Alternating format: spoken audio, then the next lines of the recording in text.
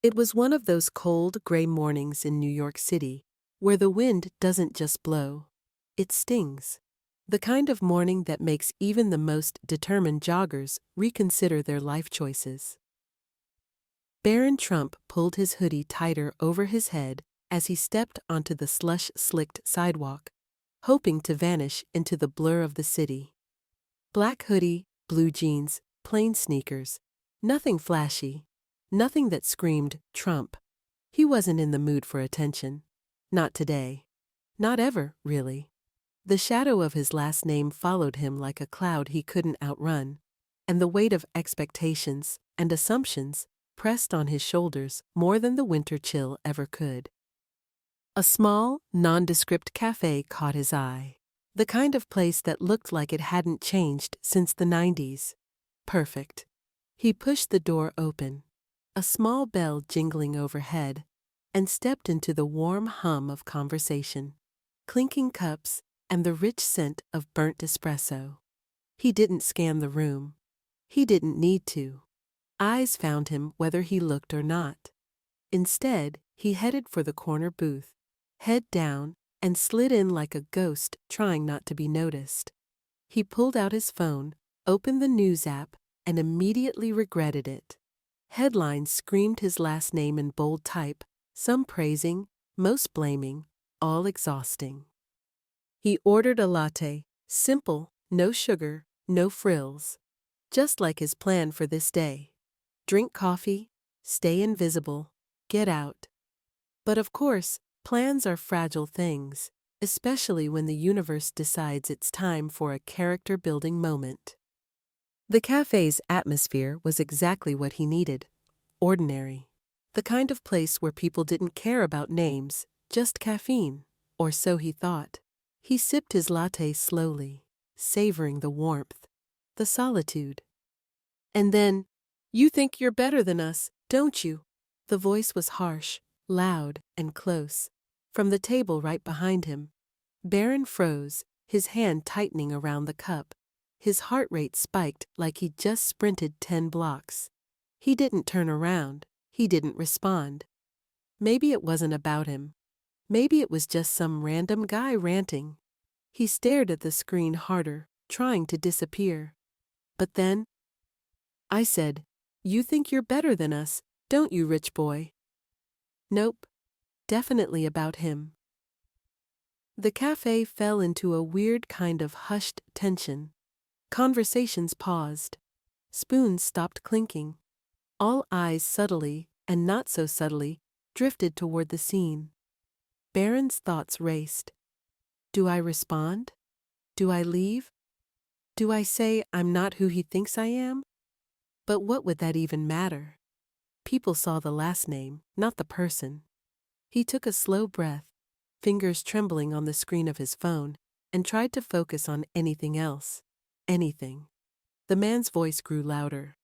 "Born with a golden spoon in your mouth, huh? Think life's just a free ride for people like you?" Barron felt like the walls were closing in. He hadn't done anything. He just wanted coffee. He didn't even want to exist in anyone's spotlight.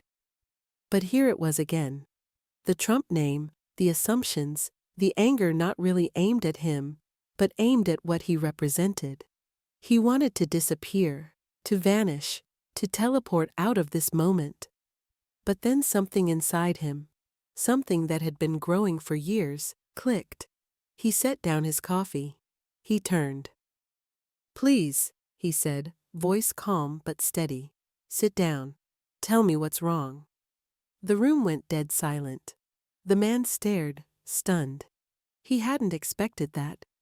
Maybe a smug reply, maybe fear, maybe a security guard to jump in. But an invitation? To talk? The man's face twisted. "Why would someone like you want to talk to someone like me?" His voice was sharp, sarcastic. "What do you want to prove?" Barron didn't flinch. "Nothing.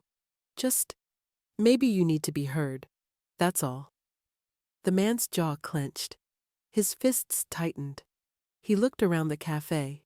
People watching, judging, some sympathetic, others just hungry for drama. Fine, the man muttered. He yanked the chair out and dropped into it. But don't pretend to understand me. People like you don't live in the real world. Barron nodded. Maybe not, but I'd like to try. The man stared at Barron across the small cafe table, eyes full of fire and fatigue. His coat was frayed at the cuffs, and his fingers drummed on the chipped tabletop with jittery frustration. He looked like someone who'd lived 1,000 hard days and was tired of pretending to be okay. Name's Tom, he muttered. I worked in a factory for 20 years. Got up before sunrise, came home after dark, paid my taxes, kept my head down. And what did I get? He laughed. Bitter, dry, laid off, just like that. Moved operations overseas. No warning, no backup, just thanks and good luck. Barron listened, saying nothing, his gaze steady. This wasn't about arguing. This was about understanding, or at least trying to. Tom's voice trembled, his volume rising. You ever worked a day in your life, kid? Ever worried about rent? About feeding your family? About losing everything overnight? Barron stayed silent, not out of arrogance, but because he didn't have an answer to that. Tom slammed his palm on the table, making a couple across the room flinch. People like me, we don't get to walk into cafes and be left alone. We don't get to hide behind hoodies and pretend life's fair. We're out here trying to survive. Barron's chest tightened, not from fear, but from the weight of truth in Tom's words. He didn't know this life, had never tasted this kind of struggle. But he saw its impact right in front of him, and it hurt.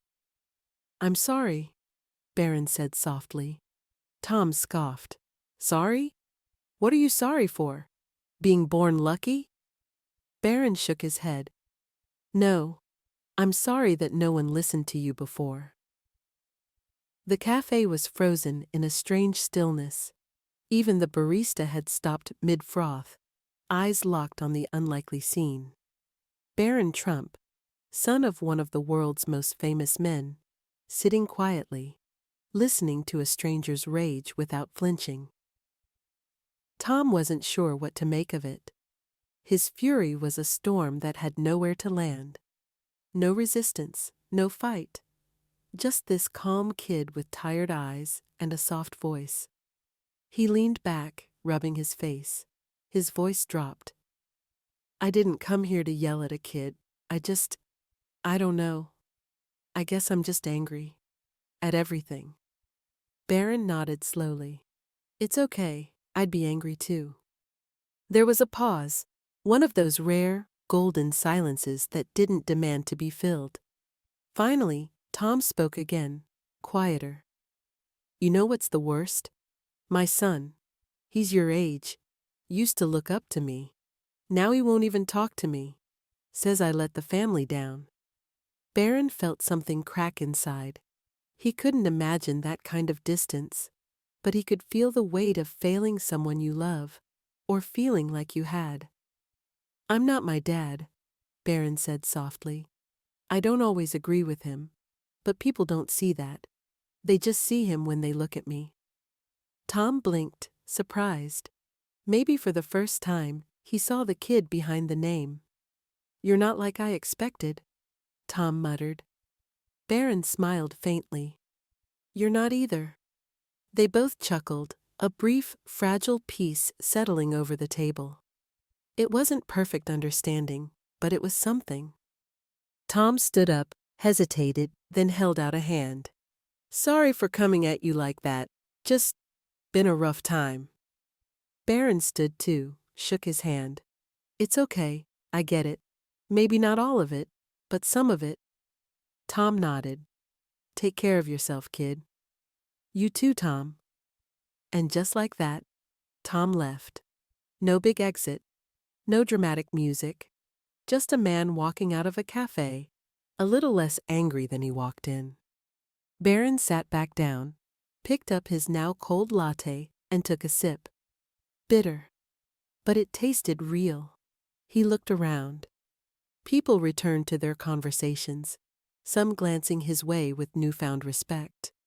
A barista smiled at him. A couple nodded. He didn't ask for any of it, but maybe, just this once, he was okay being seen. The cold air slapped Barron's face the moment he stepped back onto the street. Snowflakes drifted lazily down, collecting in the creases of his hoodie as he pulled it tighter. The city around him pulsed with noise, car horns, distant sirens, the muffled hum of life continuing as if nothing had just happened. But something had. Inside that little café, something shifted. Not just for Tom, not just for Barron, but maybe for everyone who had witnessed it. A moment where two very different worlds had collided, and instead of breaking apart, they'd listened. He wandered, not really aiming anywhere. His phone buzzed in his pocket, probably a message, or 5, but he ignored it. Right now, he didn't want digital noise, he wanted space. Barron ducked into a small bookstore he liked. No flashy bestsellers, just rows of old paperbacks and the smell of musty pages. A place where his last name didn't matter, where no one asked for photos, just quiet. The older man behind the counter nodded at him. Barron nodded back, grabbed a random book off the shelf, and sat near the window. Not to read, just to be. He replayed the cafe scene in his head. Tom's anger, the accusations, the pain behind the words, and his own reaction, not running, not lashing out, but listening. Why had he done that? Why hadn't he just left? God knows he had every reason to. Because, maybe for once, someone needed to see him. Not the name, not the headlines, just Barron. And maybe Tom had, in his own way. A soft knock on the window snapped him out of his thoughts. A girl stood outside, maybe his age, scarf wrapped to her nose, holding up her phone. She didn't say anything, just smiled and gestured to take a picture. Barron hesitated. Normally, this would be a no. But today felt different. He gave a small smile and nodded. She snapped the picture, mouthed, "Thank you," and disappeared into the snow. Weird. For once, it didn't feel invasive. It felt human. He leaned back in the chair, letting the book rest on his lap unopened. Maybe the world wouldn't change overnight. Maybe people would still judge. But maybe, just maybe, he could meet that judgment with patience instead of resistance. Later that night, back in his apartment, Barron sat on the couch, scrolling his phone. The usual nonsense, memes, news, opinions shouted into the void. But then, a post caught his eye, a photo from the cafe. Him and Tom, sitting across from each other. Someone had snapped it, captioned, "Witnessed something real today. Empathy still exists." Thousands of likes, comments, people debating, arguing, supporting. The whole internet circus. He put the phone down. Let them talk. He knew what really happened. So did Tom. And sometimes, that was enough. Days passed. Barron stayed off the radar. No interviews, no comments. Just life. Quiet, uneventful. The way he liked it. But the world had other plans. The cafe encounter? It went viral. The photo from that stranger's phone had exploded. Media outlets ran headlines like, "Barron Trump faces criticism with unexpected grace," or, "Not his father. Barron Trump's act of empathy shocks internet." He hadn't asked for this. All he'd done was listen. But apparently, in a world so loud and divided, listening was revolutionary. At first, he wanted to crawl under a rock. But then, something strange happened. The comments weren't all toxic. In fact, many were supportive. "Didn't think I'd ever say this, but respect to Barron Trump.